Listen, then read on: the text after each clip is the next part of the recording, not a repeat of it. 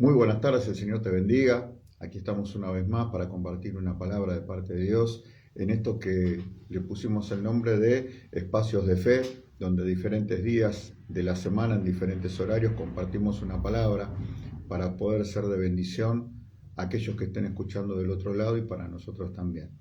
Así que bueno, te invitamos a que puedas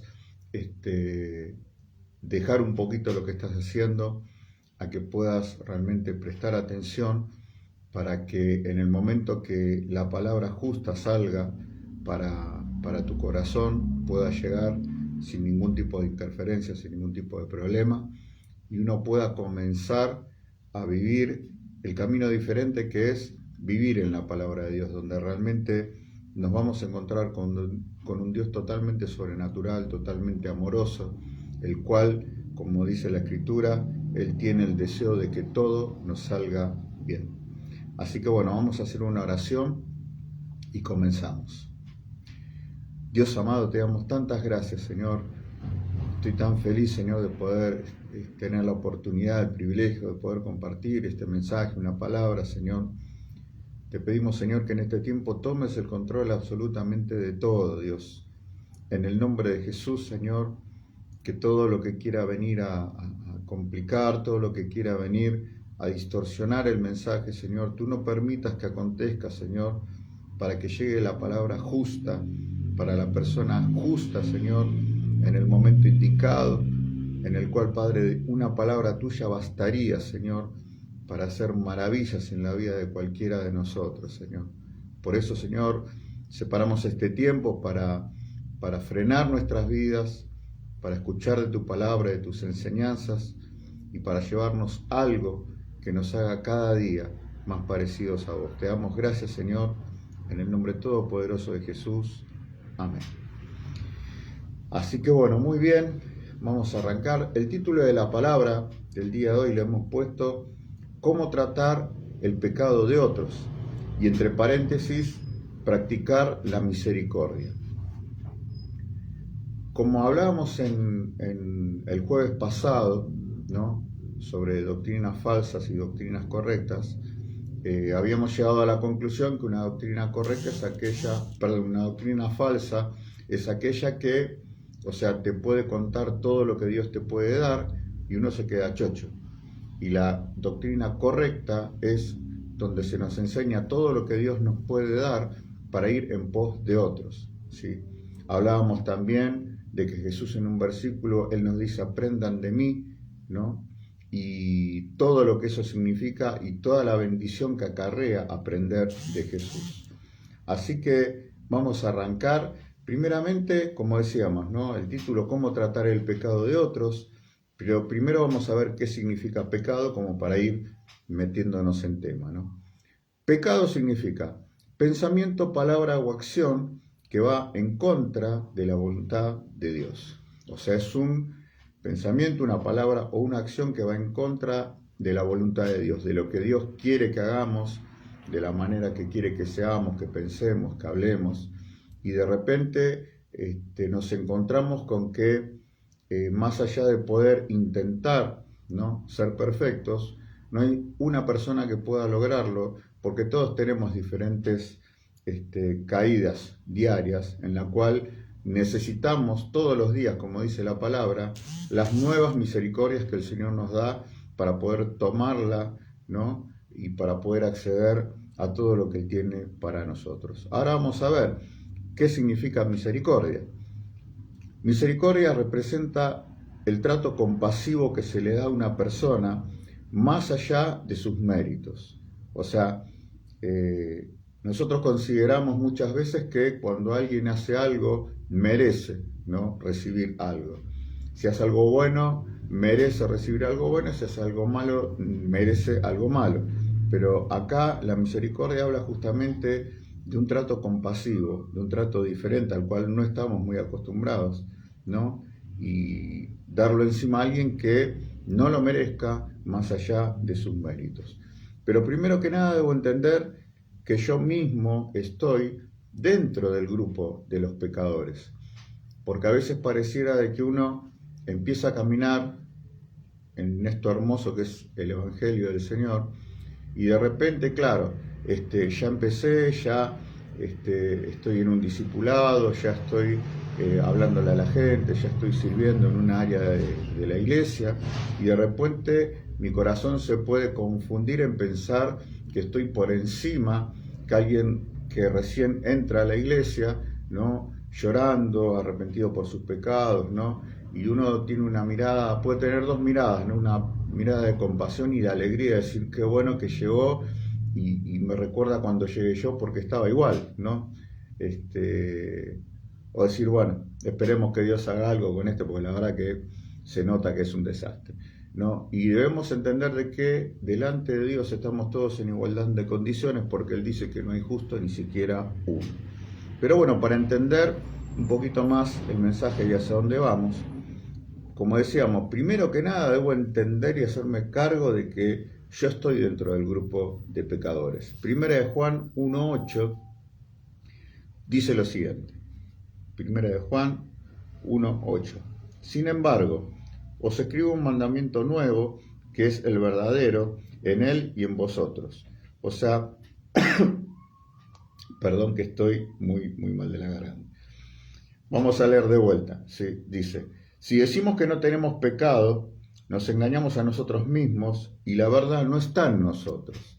O sea, toda persona que se jacte o que te diga o que piense de que no tiene pecado, ¿sí? Ahí dice la palabra algo muy fuerte, dice que nos engañamos a nosotros mismos, se engaña a uno mismo la persona que cree que realmente no tiene pecado, ¿no? Dice, y la verdad no está en él. Y esto es muy fuerte porque de repente se entiende que la persona que está en Cristo, la persona que está dando sus primeros pasos o ya tiene un tiempo, ¿no? Congregando, o sea, la verdad de Cristo está en él, ¿sí?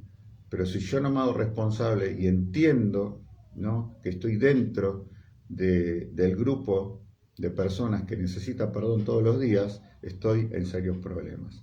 Estoy en serios problemas para practicar la misericordia. Estoy en serios problemas para evangelizar. Por eso a veces hago eventos y le hablo uno y le hablo otro y no funciona porque no tengo misericordia. Si la verdad no está en mí, el poder de Dios no está en mí.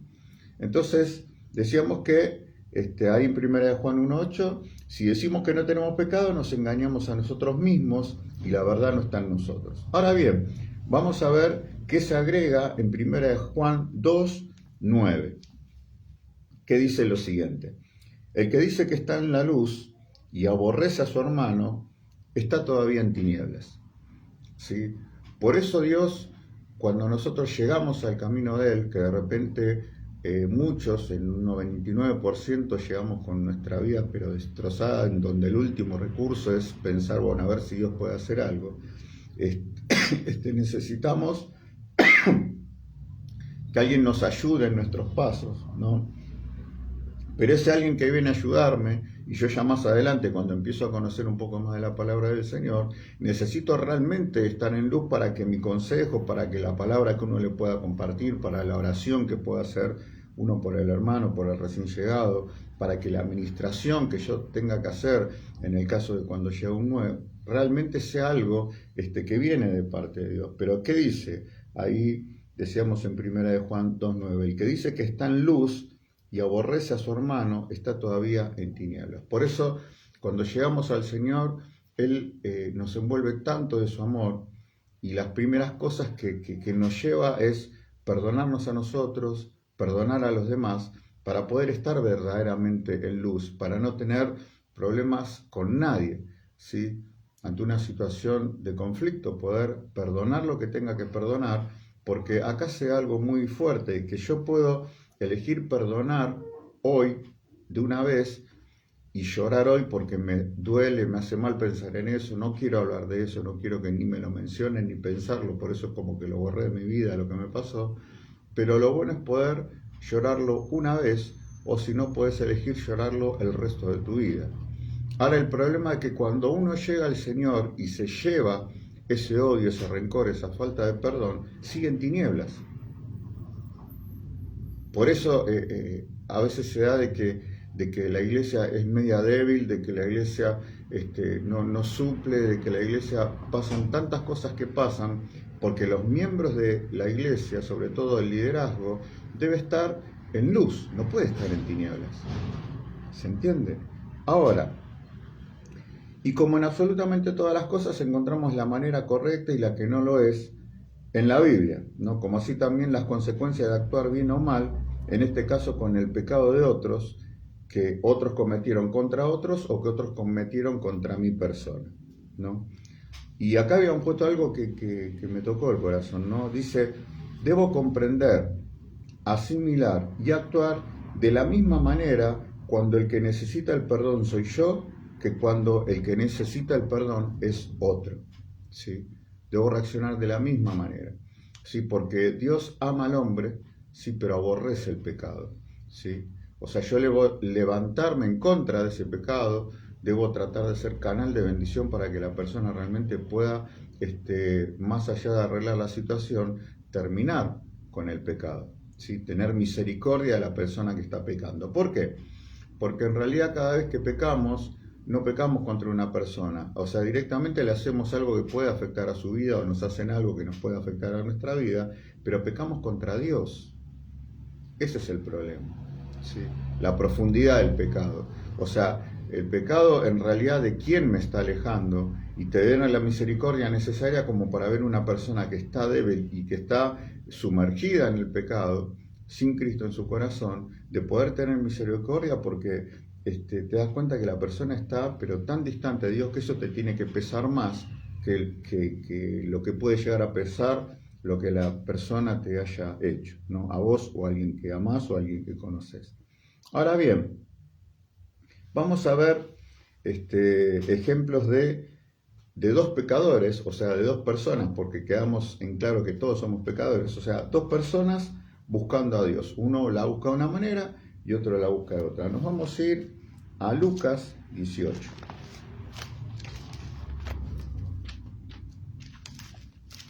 Acá estamos.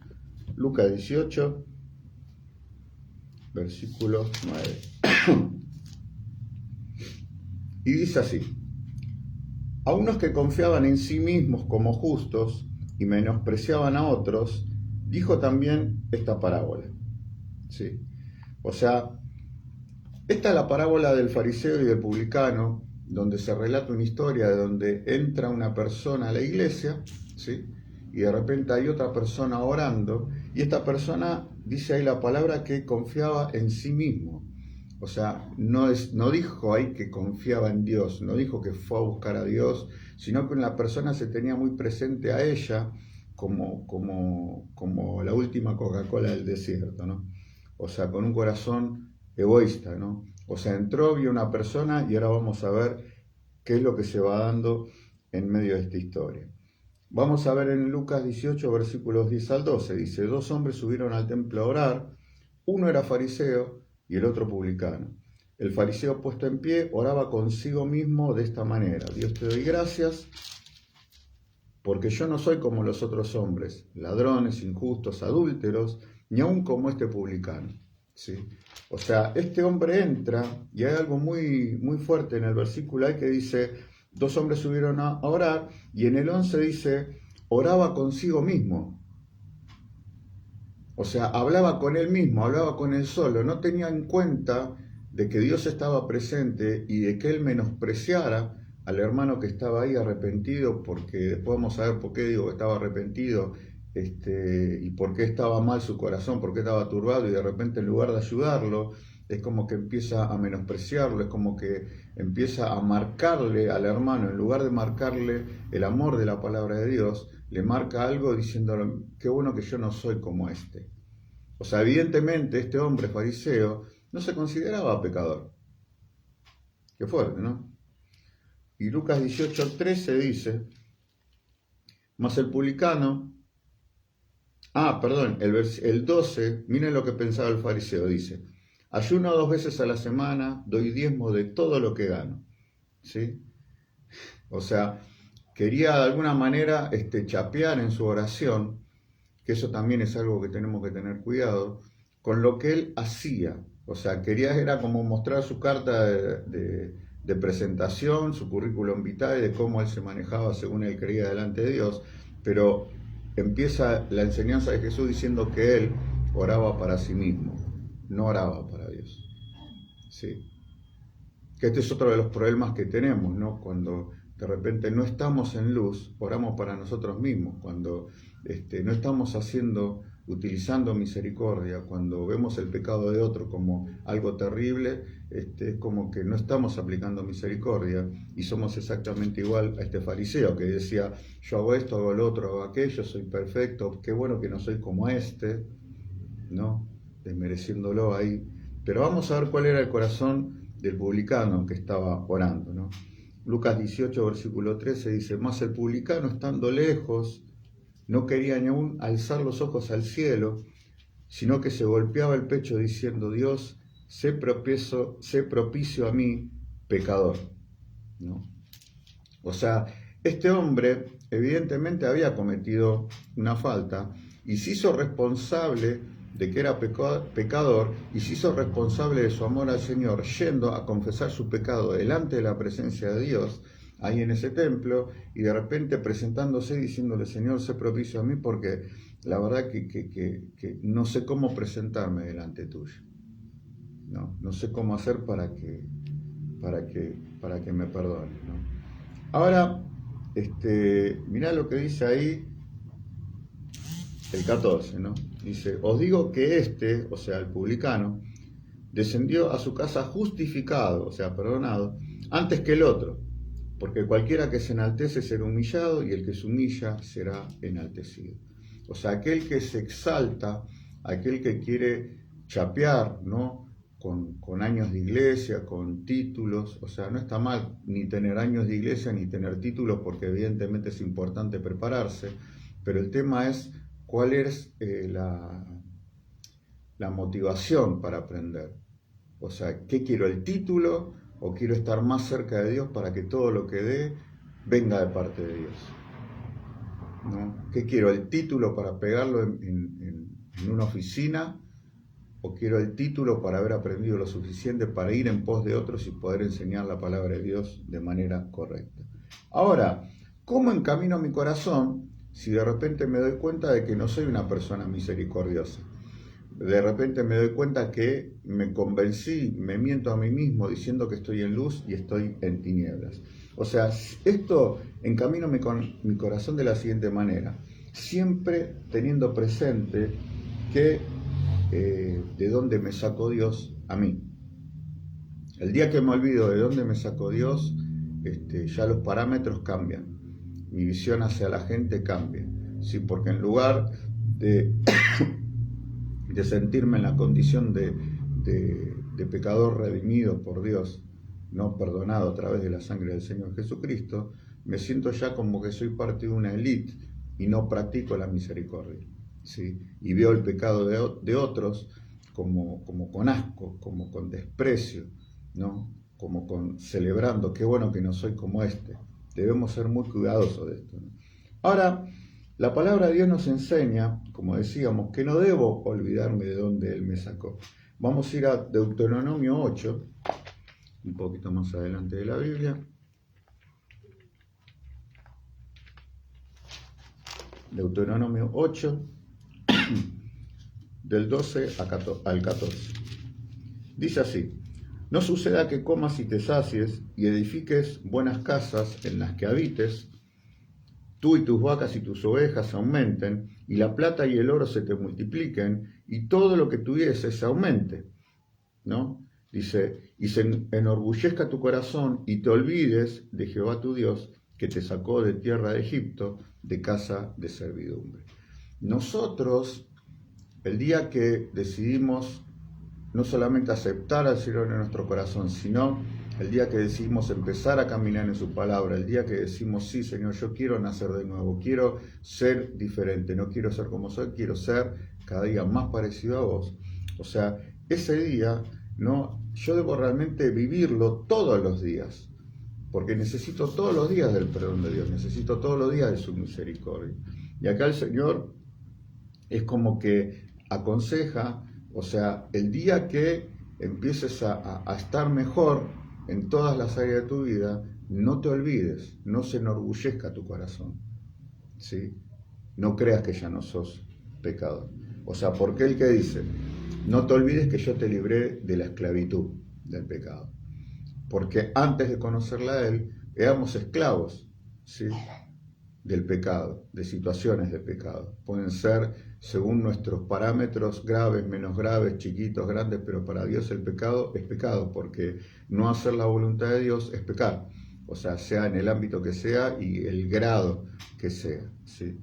Entonces, decíamos que Él nos libra de la esclavitud y eso debemos tenerlo siempre presente. Ahora, teniendo en cuenta todo esto, vamos a ver qué enseñó Jesús al respecto, ¿no?, del perdón, de la misericordia y todo esto. Vamos a ir a Mateo 18. Mateo 18, acá lo tenemos. Mateo 18, del 23 al 24, que dice lo siguiente. Y fíjense esta historia, y antes de empezar, realmente presta atención, porque hay dos personajes en los cuales yo me voy a sentir identificado, ¿no? Y esto me tiene que mover mi corazón a empezar a actuar en misericordia. Con mis hijos, con mi esposa, con mis hermanos de la iglesia, con mis hermanos de sangre, con mis compañeros de trabajo, con mis compañeros de carrera que estoy siguiendo, de la primaria, de la secundaria, de todos lados. Presta atención porque realmente esto es hermoso y muy revelador, ¿no? Dice, por lo cual el reino de los cielos es semejante a un rey que quiso hacer cuentas con sus siervos. Y comenzando a hacer cuentas, le fue presentado uno que le debía 10.000 talentos. O sea, en ese momento 10.000 talentos era muchísimo dinero, ¿no? Y este hombre era un rey, ¿sí?, en el cual en un momento dice, bueno, voy a ver cuánto me debe cada uno. Evidentemente quería juntar, ¿no? Y dijo, bueno, voy a cobrarme lo que me deben, como haría cualquier persona.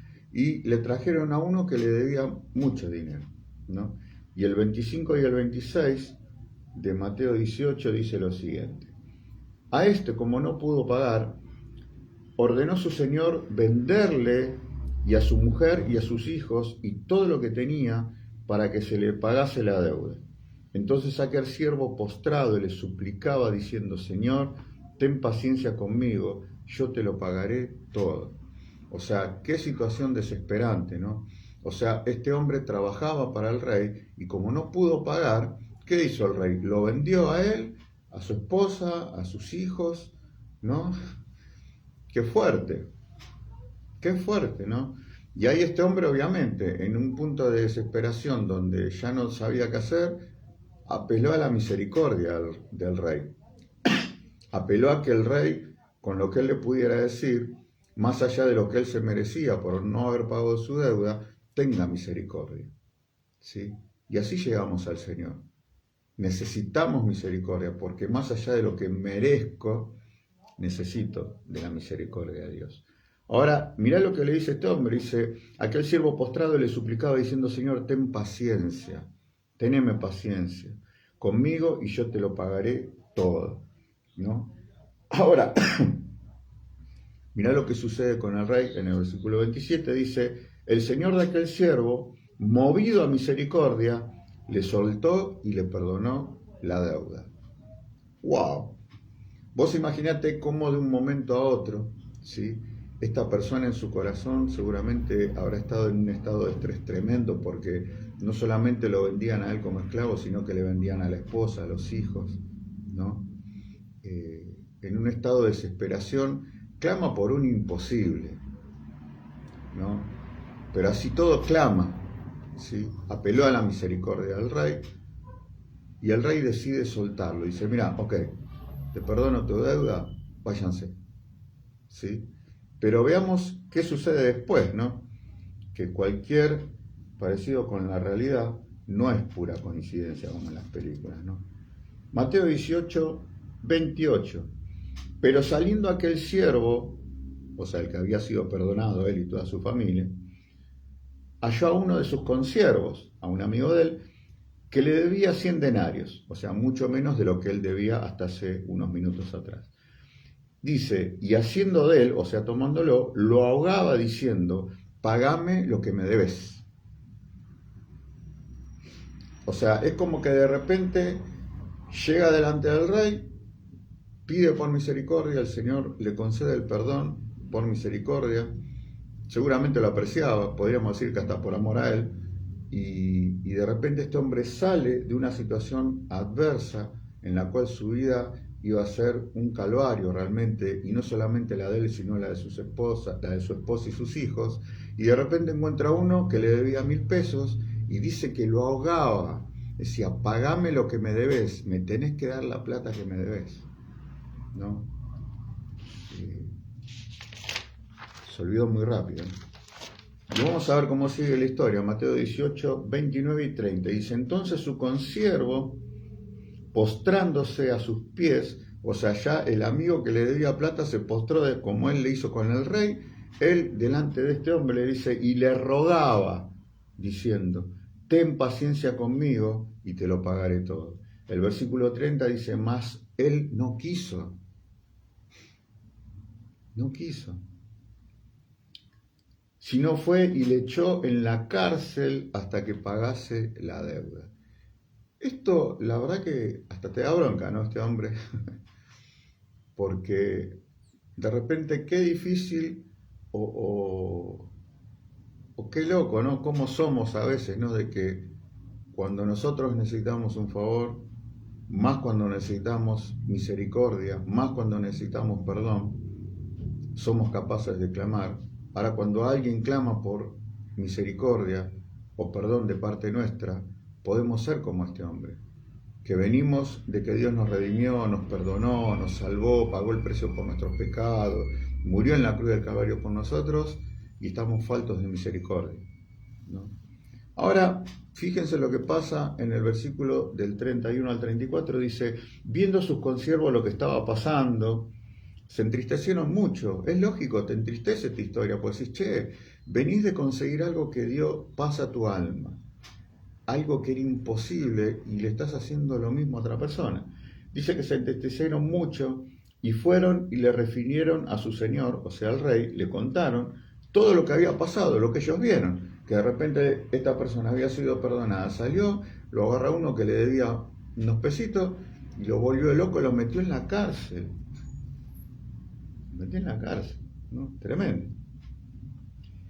El 32 dice, entonces llamándole su señor, el rey lo llama otra vez a este hombre, le dice, vení. Le dijo, siervo malvado, toda aquella deuda te perdoné porque me rogaste. ¿Sí? El 33 dice, ¿no deberías tú también tener misericordia de tu consiervo como yo tuve misericordia de ti?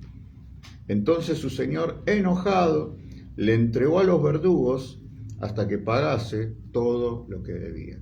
O sea, salió de un problema y se metió en otro peor, porque ahí sí, realmente no había vuelta atrás, ¿sí? Porque lo entregó a los verdugos para que hicieran, o sea, no iban a jugar al fútbol con él, ¿eh? O sea, un verdugo, o sea, tenía las capacidades de tortura y hasta de asesinar, ¿no? A los reos que estaban presos en esa época. Así que imagínense la que se le vino a este hombre, ¿no? Encima. Y así nos pasa con Jesús, así nos pasa con el reino de los cielos, ¿no? Que entramos a jugar un evangelio, ¿no? Light, entramos a jugar en un evangelio suave, ¿sí? Y no aplicamos misericordia. No queremos ser como Jesús porque no queremos morir, ¿sí? Como decimos tantas veces, todos queremos ir al cielo, pero nadie quiere morir para nacer de nuevo. Ahora, por eso el Señor cuando nos enseña a orar, vieron que en un momento los discípulos le dicen a Jesús, Señor, enséñanos a orar. Que eso lo debo tener en cuenta, porque le podían haber pedido cualquier cosa y le piden, enséñame a orar. Pero ellos como pasaban tiempo con Jesús, notaron que el Señor oraba, que Jesús oraba, y que cada vez que él oraba sucedían cosas tremendas, ¿no? Y cada vez que él oraba se cumplían palabras que él les había dicho antes que sucedieran, ¿sí? Entonces dijeron, hay algo en la oración. Entonces eligieron enseñarnos a orar. Y una parte de esa oración que Jesús le enseña a sus discípulos y que nos enseña a nosotros también, dice, y perdona nuestras deudas así como nosotros perdonamos a nuestros deudores. O sea, ¿por qué es tan profunda esta parte? porque es tan profunda todo lo que enseñó Jesús, ¿no? Pero esta parte específica dice, Señor, perdóname como yo perdono. Por eso el que no perdona anda en tinieblas, ¿sí? Porque pide el perdón de Dios, pero no lo puede aceptar, no lo puede sentir, no lo puede reflejar en sus acciones, simplemente porque no lo tiene. ¿Por qué? Porque sigue viviendo en tinieblas, ¿no? Dice, menos mal que yo no soy como este que está en el mundo. Bueno, para la gente que habla de esa manera, te tengo una noticia, vos también estás en el mundo porque estamos en el mismo planeta, ¿no? Y no se divide a la gente entre la gente que va a la iglesia o no, la gente que peca o que no, sino que se divide la gente que se le presentó la palabra del Señor o no. Y mi misericordia me debe llevar tan profundamente como que yo debo tener la necesidad de, por misericordia, compartir la palabra del Señor, enseñarla, afirmar a la gente en Cristo para que podamos ser una iglesia fuerte y poderosa, más que nada en estos tiempos tan duros que estamos viviendo, ¿no? Entonces decíamos que el Señor, cuando enseña a orar, dice, y perdona nuestras deudas, diciéndole a Dios, como nosotros perdonamos, ¿sí? Entonces, ahora se entiende por qué hablamos y es tan importante cómo trato el pecado de otro, ¿sí? ¿Por qué es tan importante poder vivir con una actitud de misericordia hacia todas las personas, hacia las que hacen daño a otro o las que hacen daño a mi vida? Porque si yo realmente quiero vivir en la paz del Señor que supera todo entendimiento, como está escrito, o sea, lo primero que debo lograr, ¿sí?, es realmente poder perdonar cuando alguien necesita de mi perdón, para poder vivir en luz, para poder actuar en misericordia. Ahora bien, vamos a ir a la palabra, porque uno puede hablar mucho, pero siempre debemos encontrar respaldo en las cosas que hablamos, que enseñamos, que aprendemos, respaldo en la palabra de Dios, en la Biblia. O sea, ¿cuál es la manera correcta de confrontar el pecado de otro? Con amor, dando la misma oportunidad que un día yo necesité. O sea, no mirar como miraba este fariseo al publicano, ¿no? Como con asco, ¿no? Gracias que no soy como este, ¿no? Sino cuando ves una persona en esa situación, sobre todo él que estaba en una situación de arrepentimiento, mirarlo con misericordia y poder tener la capacidad de decir, mirá, en Dios hay una oportunidad nueva, tenés otra nueva oportunidad, ¿sí? Y si es algo que alguien hizo contra mí, mirá, la verdad que yo lo entendí, logré terminar con esto, yo te perdono. Después lo que decida la persona es un tema de la persona, pero yo tengo que desatar la misericordia, tengo que desatar la luz en la cual confiesan mis labios que estoy. Ahora bien, decíamos que con amor debo dar la misma oportunidad que un día yo mismo necesite. Vamos a ver algo para darle, como decíamos, un respaldo bíblico a todo esto, en Mateo 18. Mateo 18, versículo 15, acá está más adelante. Y el título ahí, en Mateo, dice, ¿cómo se debe perdonar al hermano? El 18:15 dice, por tanto, si tu hermano peca contra ti, ve y repréndele, estando tú y él solos, ¿no? Si te oyere, has ganado a tu hermano. O sea, Dios es un Dios de reconciliación, es un Dios que Él anhela de que se cumpla su palabra en todos los aspectos. Ese versículo que dice, cuán bello es los hermanos estar en armonía, ¿sí? O sea, cuán bello es poder estar en tu casa en paz con tu familia, cuán bello es estar en tu trabajo en paz con tus compañeros, cuán hermoso es estar en paz en todos lados, ¿sí? No solamente en la iglesia, donde, bueno, somos todos re buenos, hablamos re bien, nos abrazamos, nos amamos, porque cuando cruzo la puerta, ahí aparece realmente quién soy.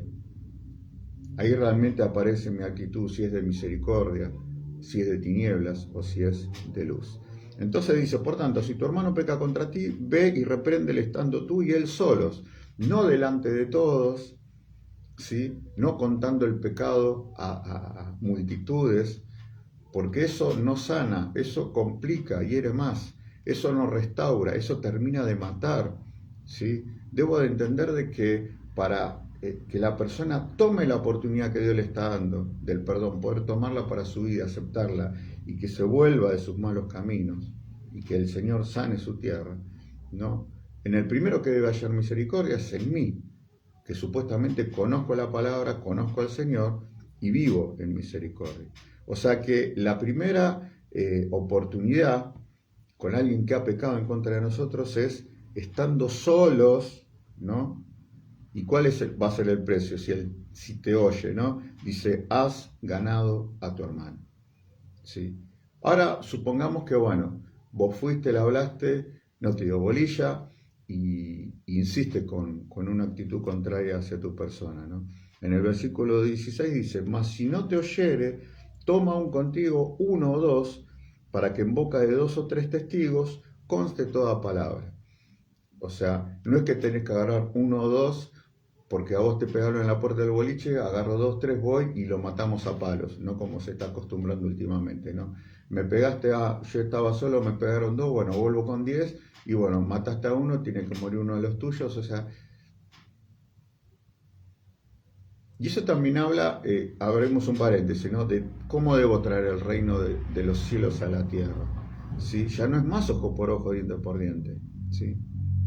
Ya no es más división, ya no es divide y reinarás. Esa es la convicción de este mundo, divide y reinarás. Mientras más divididos estemos, somos más débiles, más manejables, ¿no? Y nos llevan como marionetas para todos lados, ¿no? Y uno dice, no quiero ir a la iglesia porque no quiero que me laven la cabeza, no quiero que me saquen la plata, no quiero que... Y repetimos como loros sin entender ni saber qué pasa dentro de la iglesia, qué necesita la iglesia de mí, para qué está, por qué está y cuál es el propósito y el fin de la iglesia del Señor Jesucristo. Entonces acá decíamos que cuando alguien está en falta conmigo, primero se le dio una oportunidad y después se le dio otra oportunidad. Y después viene una tercera oportunidad, ¿no? Que es cuando alguien le presenta al Señor, la persona empieza a caminar en los caminos del Señor y ahí es donde tiene que empezar a tomar sus propias decisiones, ¿sí? Porque el verso 17 dice, si no los oyera a ellos, dilo a la iglesia, recién ahí, ¿sí?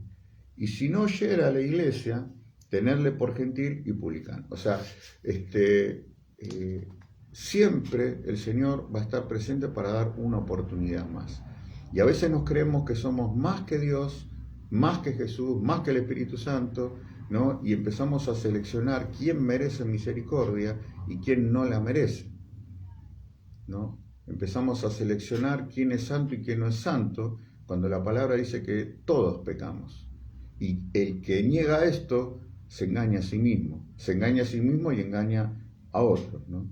Ahora, entendiendo un poco esto, vamos a ver cuál es el fin. O sea, ¿de qué me sirve caminar en misericordia? ¿Sí? ¿De qué me sirve, como decía el título de la palabra, aprender a tratar el pecado de otros? Si todavía estoy peleando con los míos, si todavía no puedo salir de los míos, o sea, todos vamos a necesitar misericordia todos los días, ¿sí? Pero en cuanto a mí corresponda tener una actitud contra alguien que está cometiendo una falta, debe ser de misericordia. Porque si no, no. Estoy en tinieblas, ¿no? Ahora, ¿cuál será el fin de todo esto? ¿Por qué es tan importante? ¿Por qué es tan necesario? Vamos a ir a Santiago 5, y con esto terminamos. Santiago 5, 19 y 20, presta mucha atención. Santiago 5, 19 dice lo siguiente: hermanos, si alguno de vosotros se ha extraviado de la verdad y alguno le hace volver, sepa que el que haga volver al pecador del error de su camino, salvará de muerte un alma y cubrirá multitud de pecados. Ese es el fin. O sea, multitud de pecados, no solamente la multitud de pecados del hermano, ¿no?, sino los míos también. La multitud de pecados que vamos a cometer en todo el resto de nuestra vida, desde que nacemos hasta que partimos, ¿no? Y lo importante es poder decir, bueno, logré partir con el Señor, porque ¿qué sucede? Dice, salvará de muerte un alma, no dice el cuerpo, el físico, salvará de muerte un alma, ¿sí? Si a mí hoy por hoy me da lo mismo que una persona, porque me cae simpática o no, se vaya al infierno o al cielo, realmente estoy en una tiniebla pero oscurísima. No llegué a comprender lo que se me predica, no llegué a profundizar en Jesús, no llegué ni empecé a vivir el Evangelio, porque simplemente no tengo misericordia, porque el otro no me interesa. Por misericordia a los que amo debo perdonarme, y por misericordia a los que amo debo perdonar. Sí. Para que se cumpla esta palabra, ¿no? Sepa que el que haga volver al pecador del error de su camino, ¿sí? Salvará de muerte un alma. Y hay algo tan lindo que está escrito ahí, en la palabra, como todo lo que está escrito, que es hermoso, que dice que el día que alguien se vuelve, ¿no?, de su pecado, se entrega al Señor, dice que hay fiesta en los cielos. ¿Qué significa esto? O sea, uno no hace una fiesta todos los días porque sí. No hago una fiesta porque llegué temprano al trabajo. Aunque en algunos casos debería ser una fiesta porque no es tan seguido, ¿no? Pero, o sea, no hago una fiesta porque, qué sé yo, cosas de todos los días, sino hago una fiesta por algo que considero importante. Por un cumpleaños, por no sé, un 15 de mi hija, por no sé, tantas cosas que puedo celebrar. Pero en los cielos hay fiesta cuando un alma se vuelve al Señor. Entonces, donde nosotros empezamos a ver esto y empezamos a profundizar, también vamos a comprender por qué tengo vergüenza de predicar el Evangelio. Pues estoy en tinieblas. No hay otra explicación. Digo que, pero no lo vivo. Pienso que, pero no lo manifiesto a Jesús. ¿Sí? Entonces es un buen tiempo como para poder analizarme, ¿no?, y ver en qué condición realmente estoy. Porque ayer hablamos de algo, ayer, sí, creo que fue ayer, en donde de un momento para otro uno dice, mañana voy a hacer tal cosa, mañana voy a hacer tal otra, y vos no sabés si te vas a despertar.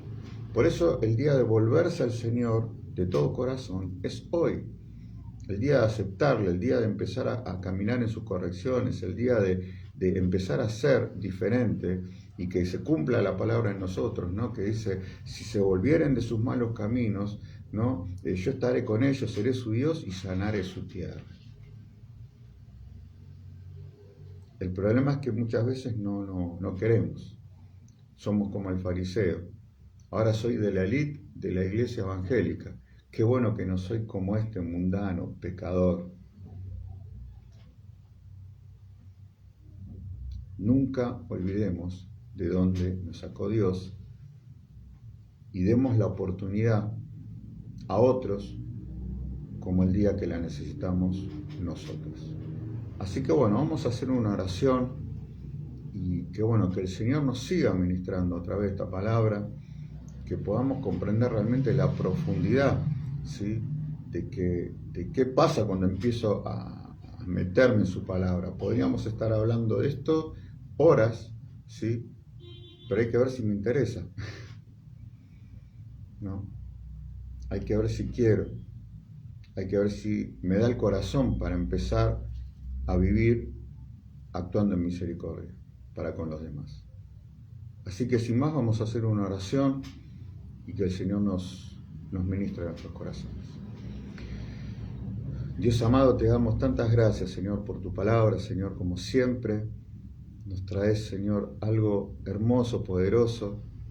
Señor, quedamos como desnudos delante de tu presencia, Señor, donde realmente podemos reconocer cómo está nuestro corazón, donde realmente podemos comprender en el estado que está mi alma, donde realmente puedo hacerme responsable de entender de que mi vida está como está, porque hay cosas que todavía no te he entregado, Señor. Señor, me gusta tu palabra, me encanta, me trae tranquilidad, pero no puedo comprometerme, Dios, a vivirla. Y cuando hacemos esto, Señor, cuando antes no sabíamos era una cosa, pero cuando empezamos a saber es otra situación la que me lleva a pecar contra ti con conocimiento de causa, Señor. Líbranos, Señor, de tal mal, Señor, en contra de nuestra vida, en contra de nuestra familia, de nuestra iglesia, de nuestros trabajos, de todo lo que hacemos, Señor. Líbranos de traer tiniebla a la tiniebla, Señor.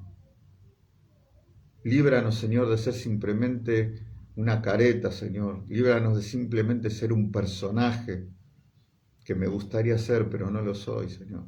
Líbranos, Señor.